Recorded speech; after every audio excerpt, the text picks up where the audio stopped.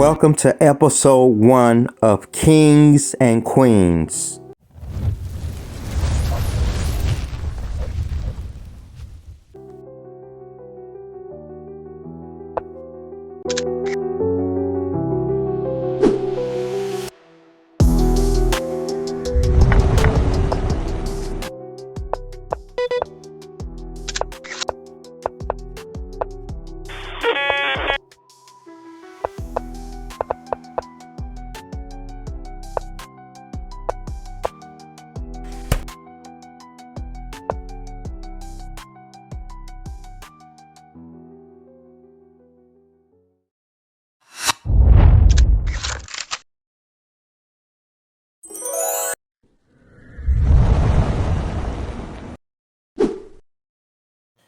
In this position, who has the better prospects, black or white?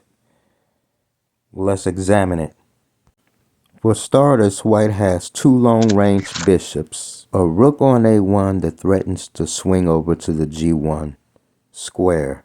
So black plays the bishop to d5, threatening the queen. However, rook takes d5.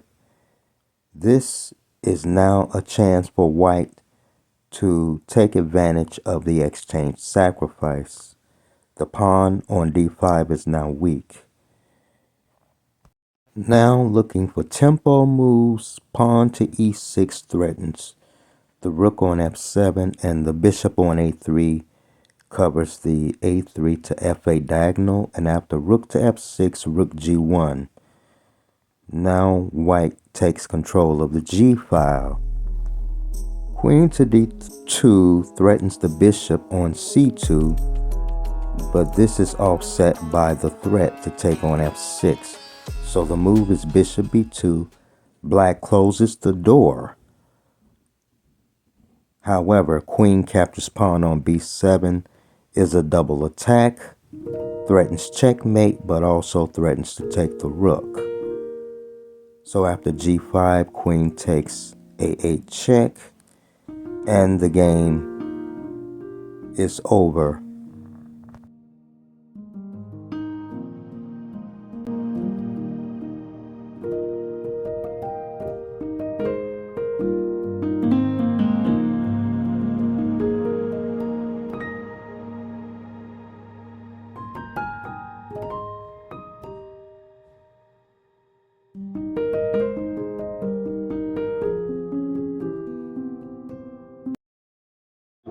You're gonna have to be a little more creative, huh? Do you have any examples of attacking chess? Well, indeed I do. Check out my next topic, pawn pointing theory. Okay, in this example, we're playing black. White to move plays knight captures knight on c6, which is great for us because after the recapture, the pawns point toward white's king side. This is called the pawn pointing theory. So what do we want to do? We want to attack in the direction of the pawns. So we want to make room for the dark square bishop, developing the knight also. Just keeping natural development in mind with the idea of building up our king side structure. Pawn to h5, and then after f3 we go pawn to h4. Now I guess out of pressure, white hangs the knight. We capture, there's a recapture, and now we're going to just simply capture on e4, targeting the g3 pawn. And now what do? We look for open files and diagonals. The h file and the b8 to h2 diagonal. Queen to h2 is checkmate.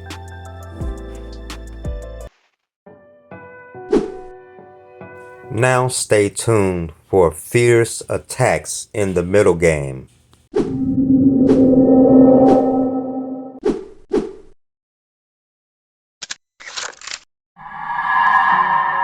In this position, black has more space, but white's queen is in a dangerous place, checking on b8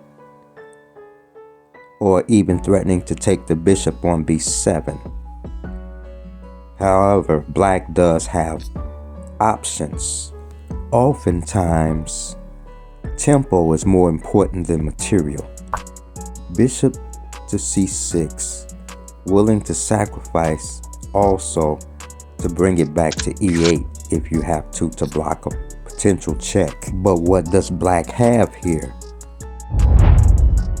A queen on h4, a bishop on e5, and a rook on c3. So if d takes c6, then the follow-up is rook takes bishop on h3.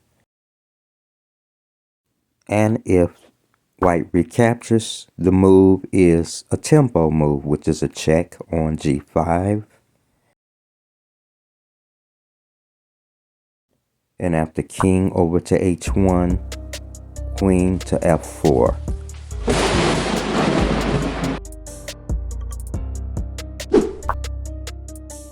And here, black still has to be careful because the queen wants to go to e3. So queen f4, queen e3 doesn't work here. And after king f6, rook takes pawn and bishop recaptures, and the threat is renewed on h2.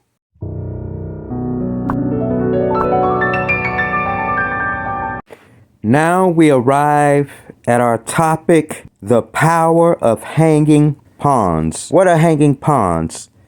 Isolated pawns that are adjacent to one another. Think about the isolated pawn, but instead of one pawn, there are two. Now, rook to f7 is the move to make. Rook to f7 check. Black can play either queen captures on f7 or king to g8. We're going to take a look at both options here. King to g8 allows white to play either rook to e7 with a discovered check, or simply can take the queen on e8. So of course, black would not want to play that. Rook to f7 check. The only move is queen takes on f7. Now what do we play here? The king is blocked in. Queen to c8 check. And the only playable move is queen to e8. Do we capture? No. Use our hanging pawn. Pawn to d7. And either king to f7 or queen captures on c8. Capturing on c8 allows a new queen, leading to something like this. And we just simply push the other pawn. However, we're still winning after the other possibility. Instead of capturing, allowing a new queen, then king to f7. And this leads to queen takes. And we follow up with pushing the other pawn. This is the power of hanging pawns. Well, you don't have any examples on attacking the opponent's king, do you? Let's examine the position on the board. Whenever you launch an attack, look for ways that your opponent can put up resistance. Right now, the h7 pawn is under fire. And if you're playing white, you're the attacker. Draw an imaginary square around the opponent's king. Okay, it is white to play and win, but however, black gets to move first here and must. And we are to find the continuation. So, one of the best defenses that black does have here is bringing the knight back to h8, of course.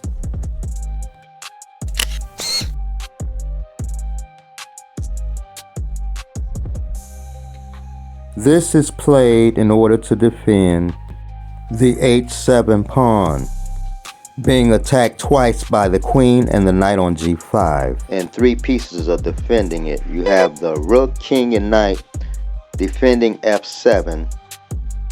And now white has knight captures pawn on h7. And knight captures bishop on d6. First, let's look at knight captures bishop on d6 first. The tactical trick here is if black plays bishop captures, then black's queen on a5 is hanging to the queen on h5. X-ray. And when we play knight captures pawn on h7 here, this is known as trying to divert black's bishop on f5, which would expose the queen. This is known as diversion in conjunction with a linear attack. The bishop is pinned to the queen. So, like I just stated earlier, if bishop captures, I could play queen takes queen on a5, but black will just capture my knight, which is not a big deal, but why not use the knight, an in-between move, to force black to weaken the defense around his king. Knight f6 is actually the better and stronger move. And now after g captures knight on f6, the king's side for black is exposed.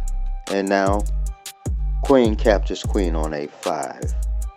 Look at the position, triple pawns. Okay, let's go back. Okay, so white here is threatening checkmate on h7. So the bishop now defends the h7 pawn. And let me see, knight captures on h7. Now instead of playing bishop captures knight on h7, play knight c6 to defend the queen. Now black is saying, hey, now that my queen on a5 is defended, I can go ahead and capture the knight. Well, what do we do here as white? Weaken the king's side. Knight on h to f6 check. G takes f6, and now knight captures king. Knight captures pawn on f6, and after king g7, rook captures on f4, and now either king takes knight or bishop captures rook on f4. If king takes f6, b4, and we have knight takes b4 followed by queen h4 check, king g7 followed by queen g5 check. And black is definitely losing here. Knight g6, rook takes bishop on f5. Now let's take it back. In this position, the move played here, knight c6 is played to defend the queen. Now the bishop can take the knight. However, knight on h to f6 check, g takes f6, and now knight takes f6 check, king g7 followed by rook takes f4. What happens if bishop captures rook? Bishop takes f4, and now bishop captures on f4.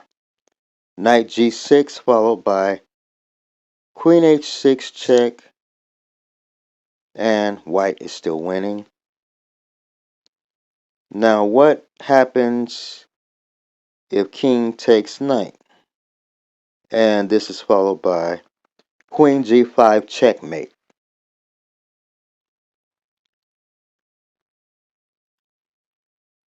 So now taking the moves back. Now we looked at possible continuations after knight takes pawn on h7.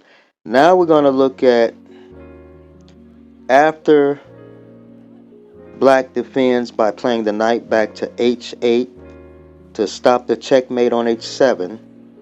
We now have, let me see, knight takes d6. We're going to capture the bishop on d6. Now, what are some possible continuations here? Okay, what if black recaptures and now we play knight takes h7 anyway? Okay, now here black can choose from rook c8, bishop takes h7. Let's look at this first. Bishop captures and now queen takes a5.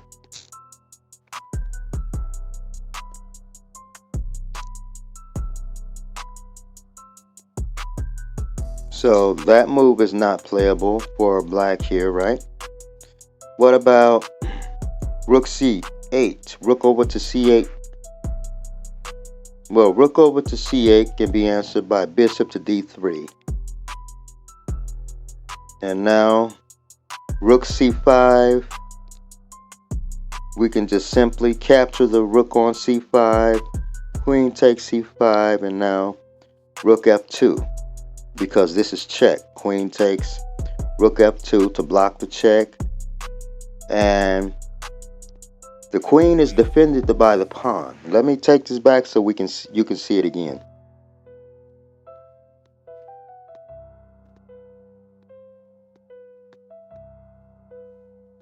So, we captured on d6. Knight takes d6. Pawn recaptures and now bishop knight takes h7. Rook c8. Bishop d3. Rook c5, sacrificing the rook. Now we just capture the rook, and after queen recaptures, now the queen is defended. Rook f2 to block the check, and now bishop captures bishop. Now what do? In between move, knight f6 to mess up the king side, the opponent's king side, and now after capturing, we capture queen, and we follow up by capturing the bishop on d3. Now look at the position on the board. Triple pawns on the f-file, and once we develop the bishop on c1, we'll be much better. We have the much better endgame here with two rooks and a dark square bishop versus a rook and two knights, and the better pawn structure.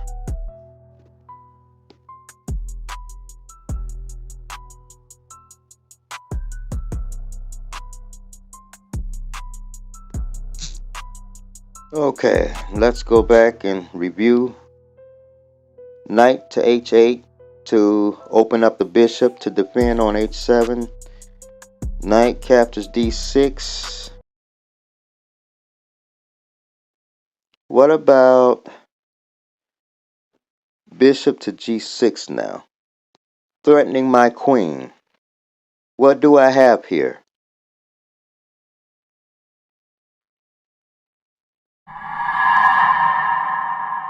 Okay, what about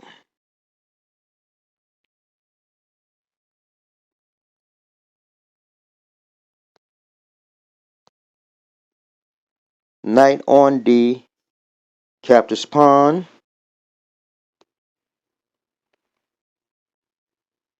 Knight captures pawn.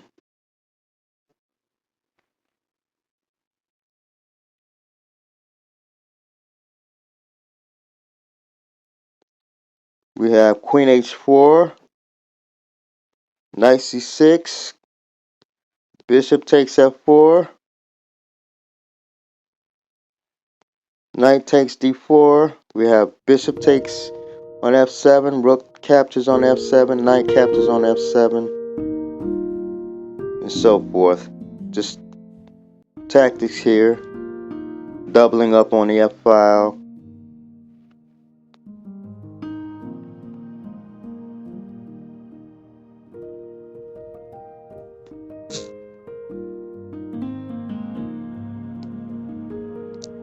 Knight takes bishop on d6, bishop g6. What about knight on g takes on f7? Knight captures on f7 and queen captures on a5.